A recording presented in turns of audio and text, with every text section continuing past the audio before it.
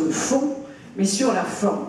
Donc plus que jamais, les collectivités, nous avons besoin effectivement de vous pour éviter d'aboutir à une annulation, éviter d'aboutir à recommencer, déjà que c'est long, si en plus il faut redémarrer, recommencer. Je crois que plus que jamais, les collectivités ont besoin de vos conseils. Donc on est vraiment dans la prévention pour ne pas aboutir effectivement à un contentieux. Parce qu'aujourd'hui, tout à l'heure, madame disait qu'une association peut se créer pour attaquer. Aujourd'hui, une personne, un citoyen, mais dans le fond c'est de droit. Nous sommes dans un état de droit et nous avons une grande chance d'être dans un état de droit. Vous êtes les garants de la liberté, je crois, liberté d'expression, sécurité, c'est absolument essentiel. Mais c'est là qu'on s'aperçoit que plus que jamais, les collectivités territoriales, tout à l'heure vous allez poser le qui, effectivement, nous sommes aujourd'hui, j'allais dire, vos clients, mais effectivement, nous avons absolument besoin de vous. Car parce qu'un élu, vous savez, excusez-moi, quand je suis arrivée, je n'entendais rien dans la sécurité juridique, on découvre. Et on a besoin d'avoir autour de nous des hyper spécialistes que vous êtes. Donc je crois que plus que jamais, c'est absolument essentiel. Et ce qui m'étonne à travers les 400 000 normes, c'est que je pense qu'il faudrait réellement, nous avons tendance en France, je crois que la corbeille, on ne connaît pas. On empile, on empile, on empile, on empile, vous savez, c'est le table gigogne, et on en rajoute, et on en rajoute, et on en rajoute, et on oublie d'éliminer. Je crois que réellement, si on pouvait s'attaquer, enfin, c'est votre problème, mais c'est aussi le nôtre. Si on pouvait simplifier, d'abord, ça là, vous simplifierez votre vie personnelle, et peut-être que nous, ça nous simplifierait et ça nous raccourcirait le temps, ce qui, dans le fond, serait au bénéfice des citoyens. Donc je pense qu'il y a là, réellement, toutes ces contraintes réglementaires auxquelles vous êtes tenu de nous conseiller par rapport à cela, réellement ça a des retentissements sur le citoyen et sur la vie de tous les jours. Alors à la ville de Montpellier, nous avons bien évidemment, nous sommes dotés d'un service juridique interne et nous avons aussi bien évidemment un cabinet d'avocats à l'extérieur. Je pense que toutes les municipalités ont effectivement un service juridique interne et un cabinet d'avocats. Les uns et les autres, bien évidemment, dès l'instant que le service juridique interne n'est pas en capacité de conseiller au mieux, compte tenu de toutes ces normes, ce cabinet d'avocats extérieur qui est là et qui derrière peut, malheureusement, si cela débouche sur un contentieux, défendre la ville de Montpellier. Donc je sais que je n'ai que 5 minutes de temps de parole, donc je ne vais pas le dépasser. Ce que je voulais vous dire, dans le fond, j'ai regardé les lignes rouges et vertes.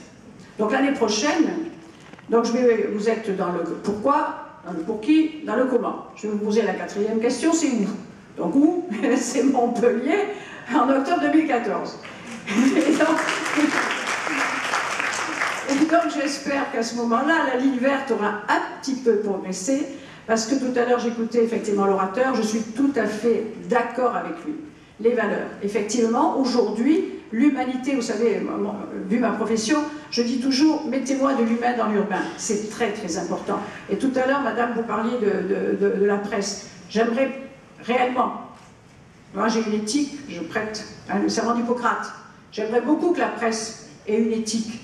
Parce que je peux vous dire, et je pense que pour vous c'est exactement la même chose, l'éthique de la presse, réellement, vous devriez vous aussi avoir un serment de je ne sais pas qui, et vous devriez prêter un serment d'éthique de la presse, réellement. Parce que je peux vous dire que j'ai, là, vraiment, je vais en finir par là et ça va vous amuser. Mon premier contact avec la presse, je n'étais pas élue médecin. J'étais présidente d'une association régionale des femmes médecins. Donc, Montpellier. À Nîmes, une femme médecin, une jeune femme médecin, est appelée un jour dans un quartier difficile de la ville de Nîmes. Son mari la voit parvenir, il téléphone, il appelle, et on découvre. Cette femme était allée faire sa consultation, elle fait sa consultation, et son patient lui dit, le voisin qui est en face, c'est que vous êtes là, il aimerait que vous y alliez. Elle traverse le palier, et elle va faire sa visite chez le voisin en face. Et on a découvert cette jeune femme, malheureusement, dans un congélateur.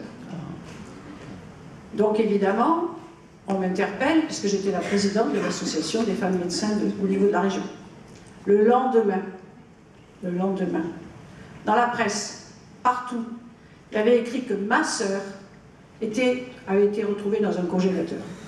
J'ai eu des coups de téléphone de la presse, mais alors je ne peux pas vous dire, ça a été mon premier contact avec la presse. Donc, ayez une éthique et surtout, prenez le temps de relire.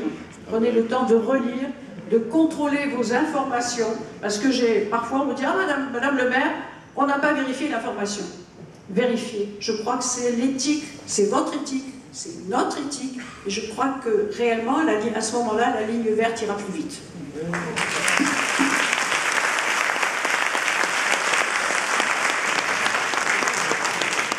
C'est le problème de l'urgence qui se pose là pour la presse, pour nous aussi de plus en plus, et qui se pose, on a l'impression parfois, et ça se pose aussi parfois pour le législateur qui réagit trop précipitamment quelquefois. Oui, Aurélie Zimmi. Je ne crois pas, en revanche, à l'utilité d'une charte, d'une usine à gaz encore, j'imagine, les états généraux, des beaux textes sortants, etc. Non, je crois qu'il faut faire appel, mais je crois que c'est le public à la fin qui décide.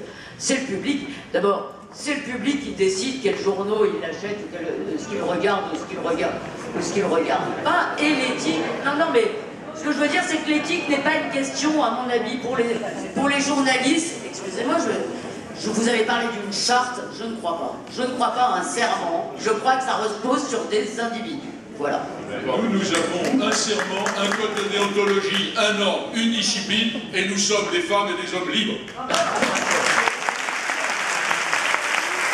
Bon. Alors avant qu'un troisième débat ne commence, passons tout de suite à Jean-Michel Darrois, s'il le veut bien. Quels sont les facteurs en France d'insécurité juridique et quel est le rôle de l'avocat face à cette insécurité, Jean-Michel? Lorsque vous m'avez demandé de parler de la sécurité juridique et de l'avocat, je me suis dit, bah, facile. On n'arrête pas d'en parler de la sécurité juridique. Nous plaidons sur la sécurité juridique. Et puis, j'ai commencé à rechercher la définition de la sécurité juridique. Et j'ai constaté que c'était un principe essentiel pour nous. Mais c'est un principe clandestin dans les textes. Vous ne trouvez aucun texte, aucune norme qui définisse la sécurité juridique. Ni la Constitution, ni la Convention européenne des droits de l'homme, ni les différents traités européens. Le Conseil constitutionnel lui-même a souligné que, à ses yeux, la sécurité juridique n'était pas un principe constitutionnel. La seule définition un peu claire que j'ai trouvée, c'est une définition qui a été donnée par le Conseil d'État en 2006. Le principe de sécurité juridique implique que les citoyens, sans que cela appelle de leur part des efforts insurmontables, soient en mesure de déterminer ce qui est permis et ce qui est défendu par le droit applicable. Pour parvenir à ce résultat, les normes édictées doivent être claires et intelligibles et ne pas être soumises dans le temps à des variations fréquentes ni surtout imprévisibles. Alors quel est notre rôle à nous, avocats, si l'on se rattache à cette définition de bon sens? La sécurité juridique, ce sont des normes claires, intelligibles et qui ne varient pas trop souvent. Notre rôle d'abord dans l'édiction des normes, dans l'élaboration des lois. Historiquement, les avocats ont été essentiels dans l'élaboration des déclarations des droits de l'homme, des lois. Jusqu'à la 4e République, le Parlement était essentiellement composé d'avocats.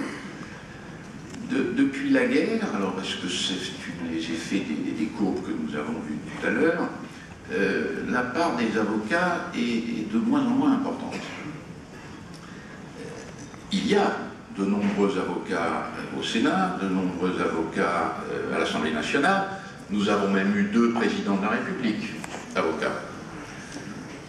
Il n'en demeure pas moins que si nous nous comparons à certaines autres professions juridiques, notre influence est moins grande.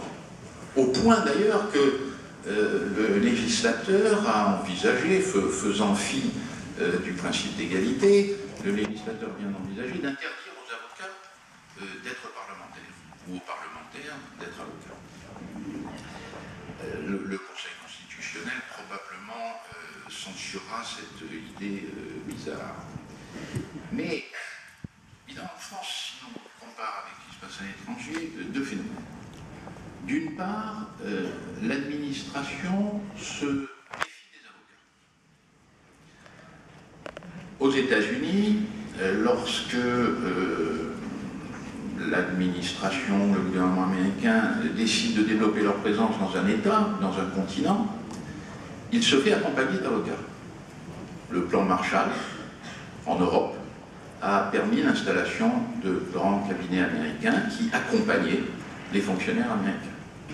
Le même phénomène s'est produit après l'effondrement du mur de Berlin, et les avocats américains ont accompagné l'administration américaine dans les pays de l'Est. Aujourd'hui, le même phénomène se constate dans les pays émergents. L'administration, qui progressivement, avec l'ENA, s'est emparée du pouvoir en France, n'a pas, pour nous, une sympathie évidente. Et nous voyons qu'elle recourt assez peu à nos services. Par exemple, lorsque l'État français est parti à un procès international, il est rare que des avocats français le représentent, et ce sont plutôt des fonctionnaires qui le font. Donc, ce premier phénomène. Le second phénomène, c'est que, au fond, par nature, lorsqu'on choisit la profession d'avocat, on est attaché aux libertés individuelles. Mais, par nature aussi, nous sommes des gens vindicatifs, procéduriers. Nous ne sommes pas des gens faciles.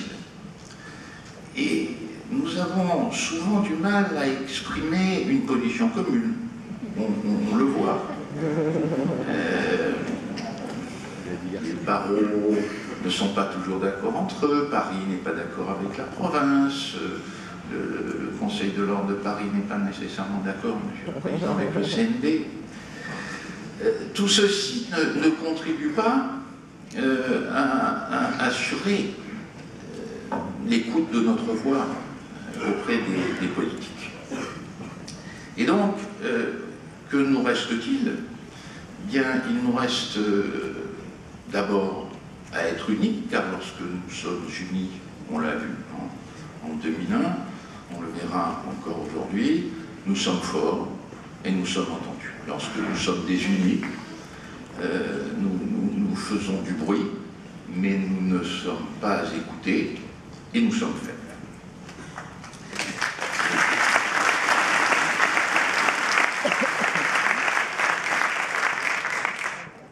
Donc, que nous reste-t-il? Là, la question prioritaire de constitutionnalité pour participer à l'élaboration des lois.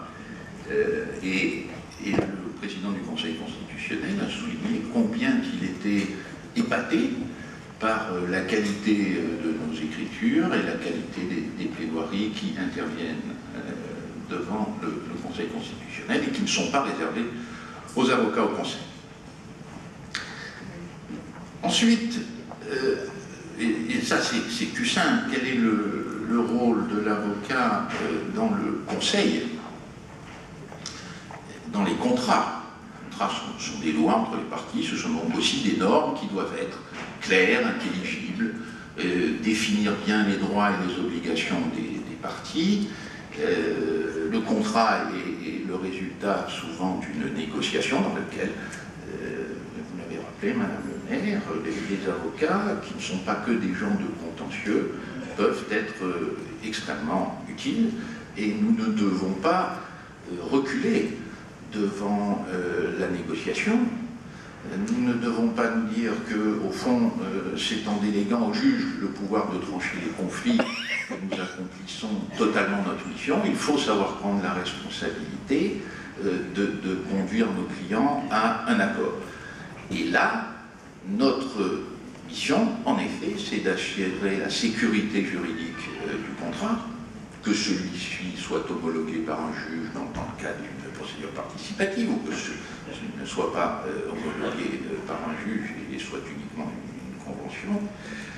Nous avons un rôle essentiel en expliquant au client quels sont ses droits, quelles sont ses obligations, quelles seront les conséquences par lui de la violation du contrat. Et il nous faut plus utiliser ce merveilleux instrument qu'est l'acte d'avocat, qui marquera aussi aux yeux des clients que nous sommes là pour assurer sa sécurité avec la sécurité juridique du contrat. Et puis, le plus habituel, c'est l'avocat et la sécurité juridique dans les procès. Vous savez, tout à l'heure, Mme Lévy dit que les avocats et les juges contribuaient ensemble à la justice. On aimerait qu'ils contribuent, disons qu'ils sont les derniers remparts, c'est ça que je veux dire. Je ne dis pas qu'ils le font toujours. Hein. Vous avez raison, vous avez raison. Et vous avez d'autant plus raison que je me suis reporté à un livre écrit par le syndicat de la magistrature dans les années 70, au nom du peuple français. Quel peuple? Page 20. La loi n'est pour le juge qu'un outil familier. Dans un procès, il choisit d'abord la solution. Ce n'est que dans un deuxième temps qu'il cherche les textes applicables. Bien rares sont les cas où il ne les trouve pas. L'ingéniosité du technicien fait souvent merveille. C'est pas tout à fait tranquillisant.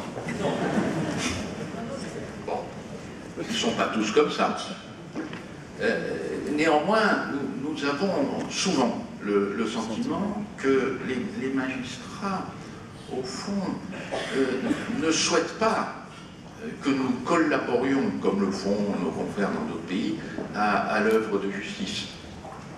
Qu'ils se méfient de nous. On m'avait dit un jour, Robert Badinter, dans la position du « cause toujours mon bonhomme ». A priori, il considère que nous ne souhaitons pas les aider à rendre une bonne décision de justice, mais qu'au contraire, nous essayons de les rouler. Et malheureusement, les rapports entre les avocats et les magistrats, je parle sous votre contrôle, comme nous disons souvent dans notre métier, ne semblent pas s'améliorer. Les perquisitions dans les cabinets d'avocats se multiplient. On peut le comprendre si l'avocat est soupçonné d'être complice dans l'accomplissement d'une fraude, d'un délit. Nous avons vu des perquisitions intervenir dans des cabinets d'avocats qui ne faisaient que participer à un procès. Le bâtonnier, heureusement, est intervenu. Quand j'étais jeune avocat, il y a longtemps, enfin, c'était pas non plus du temps de François Ier, il était facile de rendre visite à un magistrat, un juge d'instruction. On pouvait aller lui parler, nous écouter. Aujourd'hui, au mieux, il faut téléphoner à la greffière, prendre rendez-vous à l'avance, et dans la plupart des cas, les portes sont fermées. Et donc, assurer la sécurité juridique dans le cadre d'un procès devient de plus en plus difficile, et il nous faut aussi, ce n'est pas que la faute des juges, il nous faut aussi nous adapter, les deux courbes qui se croisent. Nous assurerons notre rôle de moins en moins dans les salles d'audience, car il y aura de moins en moins d'audience et tout va se faire par voie numérique. Au fond, quand nous réfléchissons sur nous-mêmes et à notre rôle, nous sommes encore plus proches du 19e que du 21e siècle. Le principe d'autorité dans notre profession, Monsieur le Président, continue à être respecté. Et au fond, pour conclure, je dirais que la sécurité juridique, c'est d'abord la sécurité de l'avocat et que celle-ci, aujourd'hui, n'est pas assez assurée.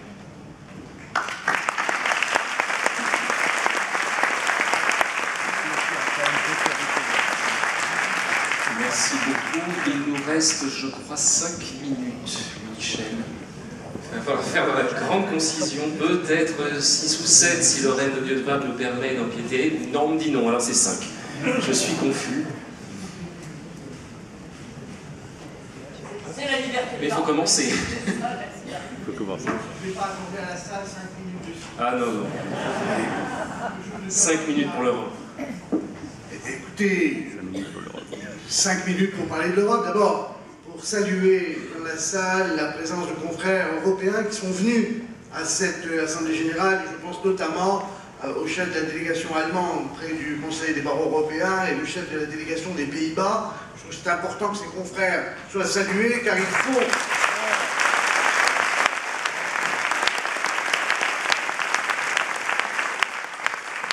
le voyage pour participer à nos travaux. Moi, j'aurais mieux aimé être à gauche. C'est-à-dire, effectivement, parler de la liberté. Parce que finalement, l'Europe, c'est ce qui nous assure la liberté. Et l'avocat dans l'Europe, c'est ce qui nous assure la liberté. Ne vous étranglez pas, Madame Lévy. Je vous donne un exemple concret. Quand un citoyen français se met au bord de la route et a une pancarte pour saluer l'arrivée d'un précédent président de la République, que sur cette pancarte, il y a marqué « Casse-toi, pauvre con ». Les tribunaux français le condamnent. Mais la Cour européenne des droits de l'homme dit « cet homme a la liberté d'expression ». Et en matière politique, la liberté d'expression existe et ne doit pas être sanctionnée. La Cour européenne peut aussi prendre des décisions très, je veux dire, comment dire, très contraires à nos libertés. Je suis prêt à débattre avec vous sur l'Europe quand vous le voulez. Mais je crois que vous vous trompez. L'Europe, il ne faut pas oublier, nous a accordé, nous a donné cette liberté, nous l'a accrue dans nos pratiques, et par ailleurs nous donne 50, 60 ans de paix, et cela on l'oublie trop souvent.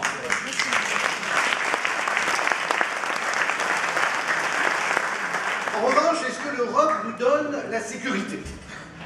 J'en suis moins certain, a priori, et à première approche. Pourquoi? Parce qu'il y a une forme d'instabilité. Mais ça, c'est le droit. Par essence, le droit et l'instabilité, contrairement à ce qu'on pense. Heureusement, le droit, c'est du mouvement. Le droit, c'est de l'évolution. Le droit n'est pas une science exacte, définitivement mise dans le marbre. Il y a une évolution du droit. Et qu'est-ce qui peut nous garantir? Ben, effectivement, c'est celui qui connaît le droit, c'est-à-dire l'avocat. Jean-Michel l'a dit très bien, qui conseille et qui défend en permanence. Mais un avocat formé, et notamment sur les questions européennes. Car, ne nous leurrons pas, jusqu'à présent, il y avait effectivement un certain nombre de contentieux où le droit européen était indispensable. C'était effectivement des contentieux que je ne qualifierais pas de niche, mais des contentieux particuliers, le droit de la concurrence, le droit de l'environnement, où on ne pouvait pas exercer sans effectivement avoir des bases fortes en matière de droit européen. Ce n'est plus le cas aujourd'hui. Les contentieux dits de masse sont touchés par le droit européen. Je pense au droit pénal, je pense au droit de la famille, je pense au droit des contrats, au droit des successions, le droit des personnes de façon générale. Ce qui veut dire que l'avocat, s'il veut assurer la sécurité juridique, doit arriver à un niveau supplémentaire, au niveau du droit européen, qu'il s'agisse du droit du traité ou qu'il s'agisse du droit de la Convention. Qui va aujourd'hui devant les juridictions pénales sans invoquer la Convention européenne des droits de l'homme et sans invoquer la jurisprudence de la Cour européenne des droits de l'homme? Qui va dans certaines juridictions, au niveau du droit de l'environnement, au niveau du droit de la concurrence, au niveau du droit des successions, sans aborder les questions du traité et sans aborder les questions européennes? Il faut que les avocats, comme aujourd'hui ils se sont mis à la question de constitutionnalité, il faut que les avocats davantage utilisent la question préjudicielle pour aller devant la Cour de justice. Le droit européen est immédiatement et directement applicable en droit français, mais de surcroît, nous avons des outils faciles pour saisir la Cour de justice, c'est la question préjudicielle. Et à tout niveau, entreprise, personne, collectivité locale, aujourd'hui le droit européen est indispensable, il est partout, et ce sont les avocats qui sont le vecteur de ce droit. Et demain, que va-t-il se passer? Vous parliez à juste titre, Madame le maire, de la difficulté, l'accumulation des normes. D'abord, il nous faut des normes. Il faut de la régulation. Je ne sais pas ce qu'on deviendrait, nous, avocats, s'il n'y avait pas vraiment des normes. Mais, de surcroît, il va y avoir une modification de plus en plus importante et prégnante. C'est que l'Europe va substituer les normes de chacun des pays par des normes européennes. Et ça, c'est une garantie aussi pour les citoyens, car la liberté de circulation des citoyens est essentielle, mais également la liberté de circulation des travailleurs, ou des capitaux, ou des entreprises. Et à partir de là, ces normes européennes, en matière de procédure pénale, sont essentielles. Pourquoi? Parce que nous voyons que chaque année, ou tous les 2 ans, nous avons une réforme pénale en France, ce qui constitue un facteur d'insécurité juridique permanente. Il nous faut des normes européennes. La Cour européenne donne déjà un certain nombre d'éléments, mais il faut aller plus loin. Et je pense notamment à l'acceptation de la directive sur l'accès à l'avocat pour les personnes suspectées, les personnes arrêtées, qui est fondamentale. Et on sait malheureusement que le gouvernement précédent s'était opposé à cette directive en ce qui garantissait le secret professionnel de l'avocat. Heureusement, cela vient de changer et maintenant le secret professionnel dans ce cadre est garanti. Il nous faut donc des normes européennes en quantité, je n'hésite pas à le dire, en quantité et en qualité.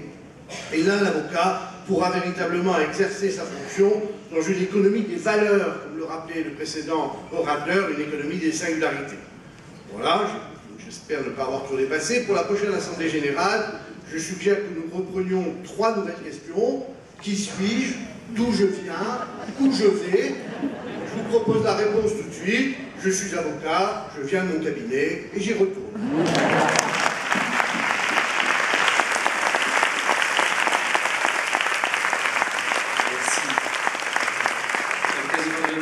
National, c'est tout faire. Merci aux 5 intervenants. En à peu près 50 minutes, nous avons réussi à parler du pourquoi de l'avocat. C'est un exploit en soi. Et puis, la place est à la table ronde suivante. Merci à vous tous.